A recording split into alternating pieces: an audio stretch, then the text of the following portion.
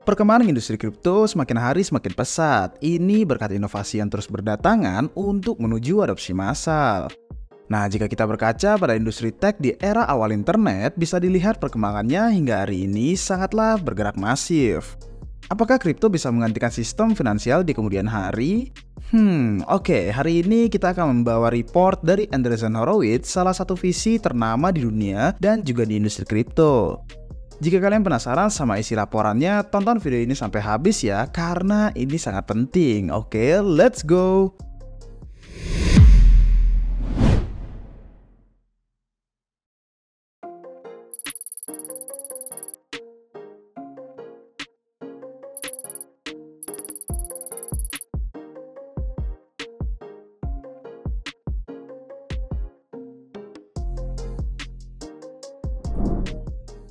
Yang pertama, aktivitas dan pengguna kripto mencapai puncak tertinggi. Alamat aktif kripto secara bulanan menyentuh angka tertinggi dalam sejarah. Sebanyak 220 juta alamat berinteraksi di blockchain setidaknya satu kali transaksi. Angka ini meningkat sebanyak 3 kali lipat sejak akhir 2023 hingga bulan September tahun 2024. Dengan catatan jika menilai dari metrik alamat wallet saja, ini mudah dimanipulasi ya, karena satu orang bisa memiliki beberapa alamat wallet. Nah, lonjakan aktivitas ini terutama disebabkan oleh Solana yang menyumbang sekitar 100 juta alamat aktif. Selanjutnya ada Near dengan 31 juta alamat aktif, Base Layer 2 sebesar 22 juta, Tron 14 juta, dan Bitcoin 11 juta alamat. Nah, untuk di jaringan EVM yang paling aktif setelah Base ada BNB Chain sebesar 10 juta alamat dan Ethereum 6 juta alamat. Solana mencatat peningkatan terbesar dalam minat pengembangan blockchain juga, di mana jumlah pendiri yang tertarik atau sedang membangun di Solana naik menjadi angka 11,2% dari angka 5,1% pada tahun lalu. Base juga menunjukkan peningkatan yang signifikan, diikuti oleh Bitcoin. Nah, secara keseluruhan, Ethereum masih menarik minat terbesar dengan angka 20,8%. Di sisi lain, jumlah pengguna dompet kripto seluler bulanan mencapai rekor tertinggi juga, yaitu di angka 29 juta pada Juni 2024, di mana Amerika Serikat memiliki bagian terbesar meskipun pangsanya terus menurun akibat adopsi kripto global yang meluas. Ini karena penggunaan kripto terus berkembang di luar Amerika Serikat, dengan Nigeria dan India serta Argentina menjadi negara dengan penggunaan dompet seluler terbesar. Di Nigeria, regulasi yang lebih jelas mendorong penggunaan kripto untuk pembayaran dan juga pembelian. India mengalami peningkatan karena populasi yang berkembang pesat, sementara di Argentina menghadapi devaluasi mata uang yang mendorong banyak orang beralih ke stablecoin. Meskipun sulit mengukur jumlah pengguna kripto aktif secara pasti, diperkirakan ada sekitar 30 hingga 60 juta pengguna aktif bulanannya yang hanya mencakup 5% sampai 10% dari total 617 juta pemilik kripto di global. Kedepannya mungkin akan naik lagi secara pengguna aktif kripto jika dilihat dari perkembangan infrastruktur serta aplikasi untuk konsumen. Ini akan memicu pemegang pasif untuk menjadi aktif secara on-chain. Yang kedua, kripto telah menjadi isu politik utama menjelang pemilu Amerika Serikat. Kripto telah masuk ke dalam diskusi nasional dalam siklus pemilu kali ini. Minat kripto di negara bagian menunjukkan peningkatan, dengan Pennsylvania dan Wisconsin mencatat lonjakan terbesar keempat dan kelima sejak pemilu 2020. Michigan berada di peringkat ke-8, sementara minat di Georgia masih stabil. Sebaliknya, Arizona dan Nevada mengalami penurunan sejak tahun 2020. Nah, salah satu faktor yang meningkatkan minat terhadap kripto adalah tercatatnya produk yang diperdagangkan di bursa atau yang kita kenal ETF dari Bitcoin dan juga Ethereum, yang dimana memperluas akses dari investor. Sejauh ini, ETF ini sudah memiliki kepemilikan on-chain sebesar 60 miliar dolar di bulan September 2024. Persetujuan ETF oleh SEC merupakan tonggak penting dalam kebijakan kripto. Terlepas dari hasil pemilu, banyak politisi berharap momentum regulasi kripto akan terus berlanjut melalui undang-undang bipartisan dengan semakin banyak dukungan positif dari pembuat kebijakan di kedua pihak politik kali ini. Tahun ini, industri kripto mendorong kemajuan kebijakan penting.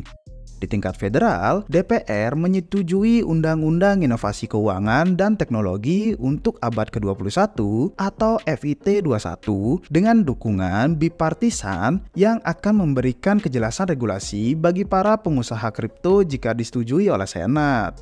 Di tingkat negara bagian, Wyoming mengesahkan Undang-Undang Inovasi Keuangan dan Teknologi untuk abad ke-21 atau DUNA. Ini akan memberikan pengakuan hukum bagi organisasi otonom terdesentralisasi atau yang kita kenal DAO dan memungkinkan operasi blockchain tanpa mengorbankan desentralisasi. Di Uni Eropa dan juga Inggris masih proaktif dalam melibatkan publik dalam kebijakan kripto. Lembaga di Eropa sering meminta masukan dibandingkan Komisi Sekuritas dan Bursa Amerika Serikat. Undang-Undang Pasar Kripto Uni Eropa atau yang kita kenal sebagai MiCA menjadi kebijakan kripto yang komprehensif pertama yang diharapkan akan berlaku pada akhir tahun ini. Stablecoin menjadi topik dan produk paling penting dalam kebijakan. Dengan RUU terkait di Kongres, kesadaran bahwa stablecoin dapat memperkuat posisi dari dolar Amerika Serikat di luar negeri meskipun statusnya melemah, namun masih menjadi penolong utama. Nah, saat ini lebih dari 99% stablecoin dinyatakan dalam USD. Stablecoin juga berpotensi memperkuat posisi keuangan Amerika Serikat di dalam negeri. Meskipun umurnya baru 1 dekade, stablecoin telah menjadi pemegang utang Amerika Serikat terbesar ke-20, ini melampaui negara-negara seperti Jerman. Sementara itu, beberapa negara menjajaki mata uang digital bank sentral mereka atau CBDC. Peluang untuk stablecoin di Amerika Serikat sangatlah besar. Dan diharapkan lebih banyak negara merancang kebijakan kripto yang lebih serius. Yang ketiga, stablecoin telah menemukan produk market fit-nya. Stablecoin menjadi salah satu killer apps di kripto, di mana ia memungkinkan pembayaran global yang cepat dan juga murah. Richie Torres menyatakan bahwa pertumbuhan stablecoin dolar dapat menjadi eksperimen pemberdayaan finansial yang terbesar. Dari beberapa upgrade skala, di mana telah mampu mengurangi biaya transaksi pada kripto termasuk stablecoin hingga lebih dari 99%.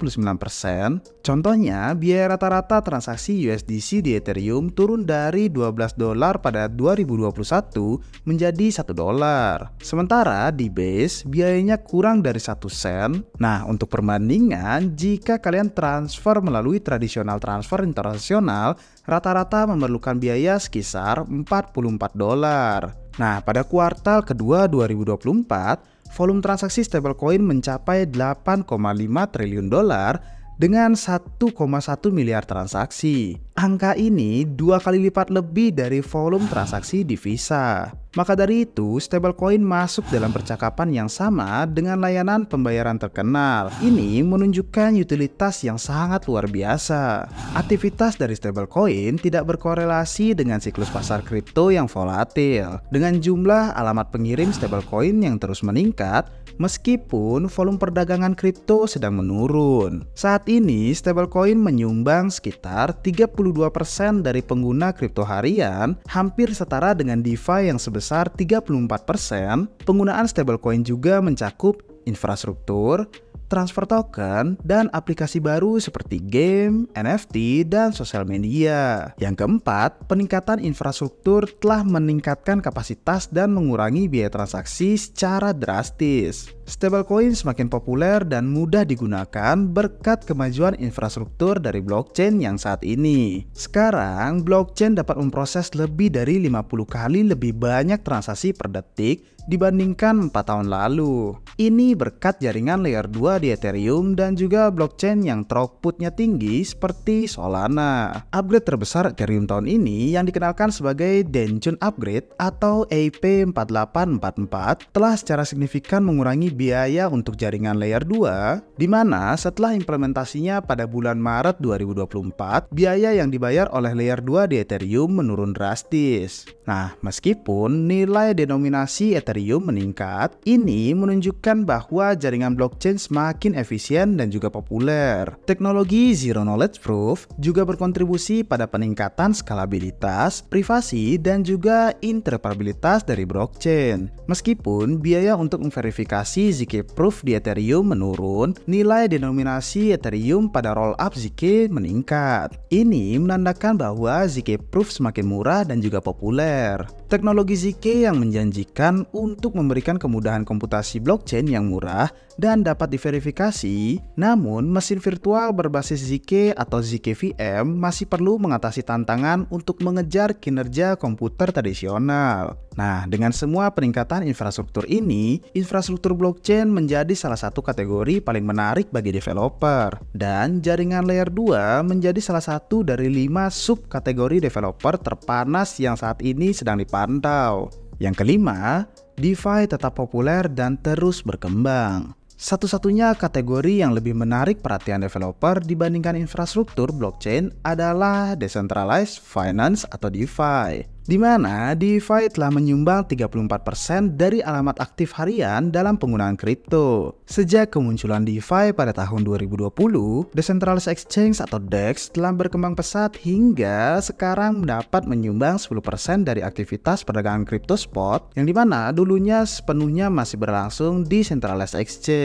Total value lock saat ini lebih dari 169 miliar dolar dalam ribuan protokol DeFi, dengan subkategori teratas yang mencakup staking dan juga lending borrowing. Setelah Ethereum berhasil bertransisi ke Proof of Stake, konsumsi energi dan juga jejak lingkungan jaringan telah berkurang secara signifikan. Persentase Ether yang di stake telah meningkat menjadi 29% dari angka 11% 2 tahun lalu, yang dimana turut meningkatkan keamanan jaringan dari Ethereum. DeFi juga menawarkan alternatif yang menjanjikan terhadap sentralisasi dan konsolidasi kekuasaan yang mempengaruhi sistem keuangan di Amerika Serikat, di mana jumlah bank telah berkurang 2/3 sejak tahun 1990 dan semakin banyak aset dikuasai oleh beberapa bank besar.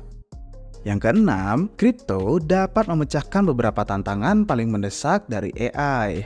AI adalah salah satu tren paling hot di tahun ini, terutama dalam bidang teknologi dan juga kripto. Diskusi tentang AI sangat aktif di kalangan influencer kripto di media sosial. Nah, menariknya lagi, ada tumpang tindih yang secara signifikan antara pengunjung situs AI seperti ChatGPT dan situs web kripto yang teratas. Ini menunjukkan keterkaitan yang kuat antara pengguna kripto dan juga AI. Sekitar sepertiga proyek kripto atau 34% melaporkan menggunakan AI. Ini meningkat dari angka 27% di tahun lalu. Kategori utama penerapan AI adalah proyek infrastruktur dari blockchain. Nah, tapi masalahnya biaya untuk melatih model AI canggih itu terus meningkat. Ini berpotensi menyebabkan sentralisasi kekuasaan di internet, di mana hanya perusahaan teknologi besar yang dapat melatih model-model terbaru.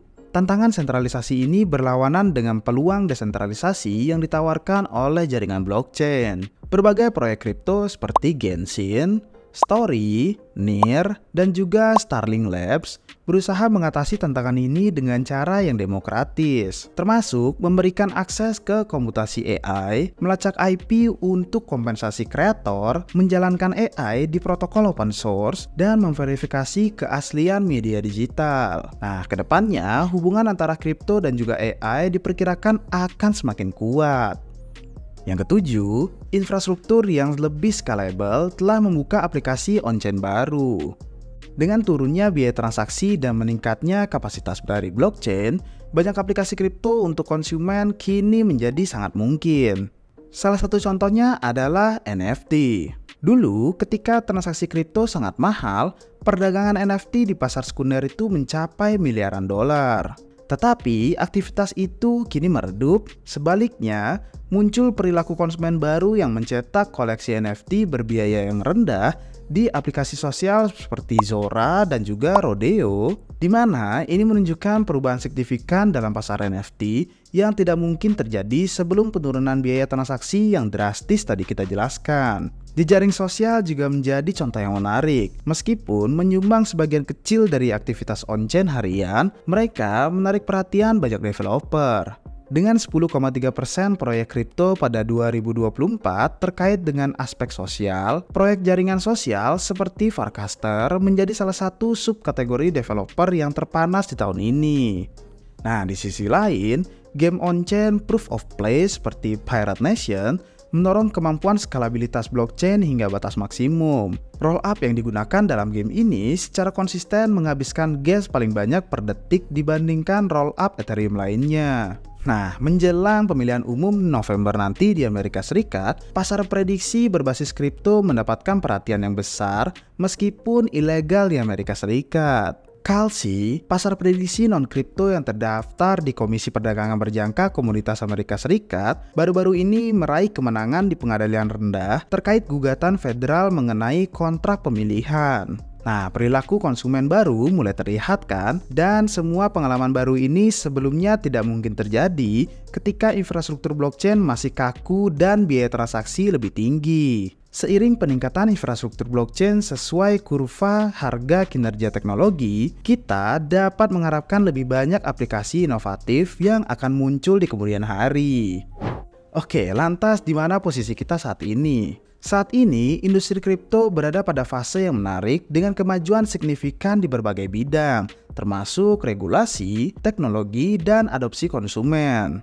Oke, menurut kalian dengan perkembangan industri kripto saat ini, apakah akan terus meningkat ke depannya? Dan mengapa kalian percaya pada industri ini? Berikan alasan kalian di bawah ya guys. Oke, sekian aja untuk report dari Andreessen Horowitz kali ini. Semoga dapat bermanfaat bagi kalian. Sampai jumpa di video-video selanjutnya. Cheers!